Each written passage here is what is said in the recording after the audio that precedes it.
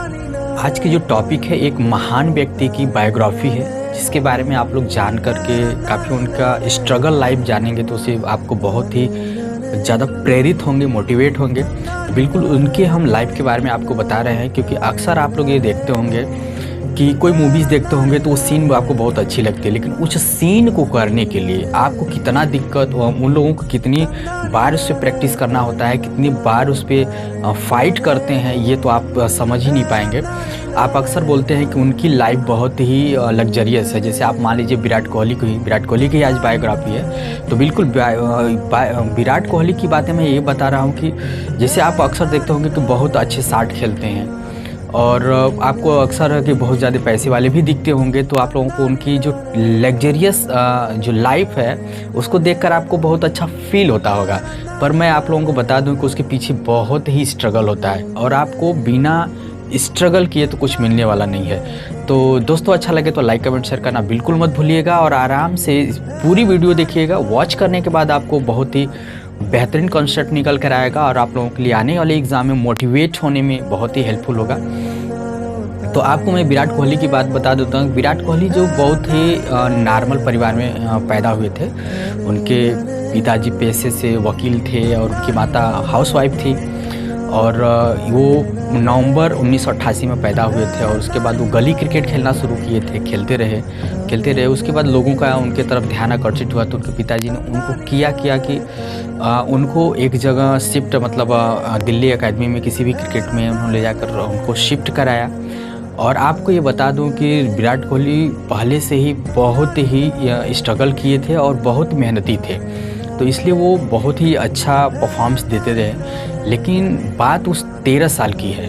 13 साल की उम्र में वो बंदे के पास इतनी बड़ी विपत आई, इतनी संकट आया कि उस संकट को उन्होंने कैसे अपने से फील किया होगा, कैसे उसे उन्हें फेस किया होगा, ये आप इस पूरी वीडियो में आप अगर देखेंगे, सुनेंगे, समझेंगे तो आपको समझ में आएगा कि तब के विराट कोहली अगर अब टूट गए होते या वो परेशान होकर सब कुछ छोड़ दिए होते तो शायद आज ही विराट कोहली नहीं होते। तो उनके जब वो कर्नाटक के खिलाफ अपना मैच खेल रहे थे तो वहाँ पे क्या हुआ था कि 13 साल की उम्र थी और उनके पिताजी का देहांत हो गया। तो जब उनके पिताजी का देहांत हो गया तो उन्होंने क्या किया कि काफ़ी सैड हो गए। ये सैड सी बात है कि आप काफ़ी सैड भी हो जाएंगे। आपके साथ अगर ऐसा होता है तो सबके साथ ये प्रॉब्लम होती है। तो उन्होंने उस मैच में 97 रन बनाए थे और उसमें हुआ क्या था कि मॉर्निंग का समय था, शाम का समय था। उनको फ़ोन आता है कि आपके पिताजी नहीं रहे दुनिया में और अगले दिन उनका मैच खेलना था, क्योंकि 3 दिवसीय मैच शायद था तो उसमें उनको खेलना था।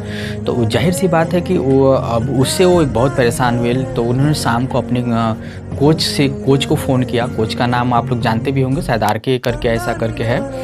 तो फ़ोन किया तो उन्होंने कहा कि आप अपने नेचुरल गेम पर सिर्फ फोकस करिए, आप बाकी चीज़ों पर ध्यान मत दीजिए। और सबसे बड़ी बात है कि उन्होंने ये जो निर्णय लेने के लिए बोला था वो खुद विराट कोहली पर छोड़ दिया था कि आप विराट जी, आप यही उस निर्णय को अच्छे से हैंडल कर सकते हैं। तो अगर आपकी इच्छा है तो खेलिए, नहीं तो आपकी इच्छा है तो आप जाइए अपने पिताजी के डेड बॉडी में शामिल हो जाइए। लेकिन यहाँ पे विराट कोहली का जो था, सबसे पहले अपनी जो प्रायोरिटी थी वो वर्किंग थी, वो अपनी जो ऑनेस्टी थी उसके प्रति था। वो जाते हैं, इन्वॉल्व होते हैं, फिर रात को रिटर्न होते हैं और अगले दिन उनका मैच होता है और अगले दिन वो मैच पूरा खेलते हैं। उन्होंने 97 रन बनाया भी था और उसके बाद वो मैच को टाई भी करा दिया, क्योंकि जिस समय वो खेल रहे थे उस समय ये कह सकते हैं कि उनकी टीम काफ़ी बैड कंडीशन में थी। अगर वो छोड़ देते या वो छोड़ कर वो जाकर उस शोक में अगर शामिल हो जाते तो फिर शायद उनकी टीम को बहुत ज़्यादा दिक्कत हो जाती। पर उन्होंने ये सोचा कि नहीं, हम दोनों काम को बहुत अच्छे से हैंडल कर सकते हैं। उन्होंने रात को गया, अपने पिताजी के डेड बॉडी में भी शामिल हुआ और सुबह आकर मैच भी खेले। और मैच विनिंग के बाद उन्होंने मैच जब ट्राई कराया तो उनको आंखों में आंसू थे। सारे खिलाड़ी, सारे जो स्टाफ था उनके लिए भी वो प्रॉब्लम थी, बट उन्होंने अपना जो वर्क था, जो अपना काम था, बहुत ही बखूबी निभाया। तो दोस्तों, मैं यही बताना चाहता हूँ कि जो भी लोग आप कठिनाई आती है तो लोग एकदम बिखर जाते हैं, तो उससे आप बिल्कुल ना बिखरिए।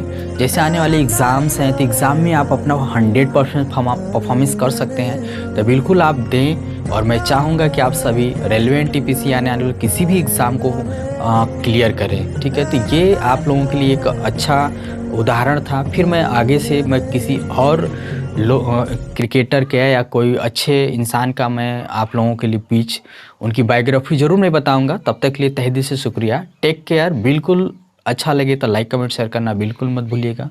धन्यवाद।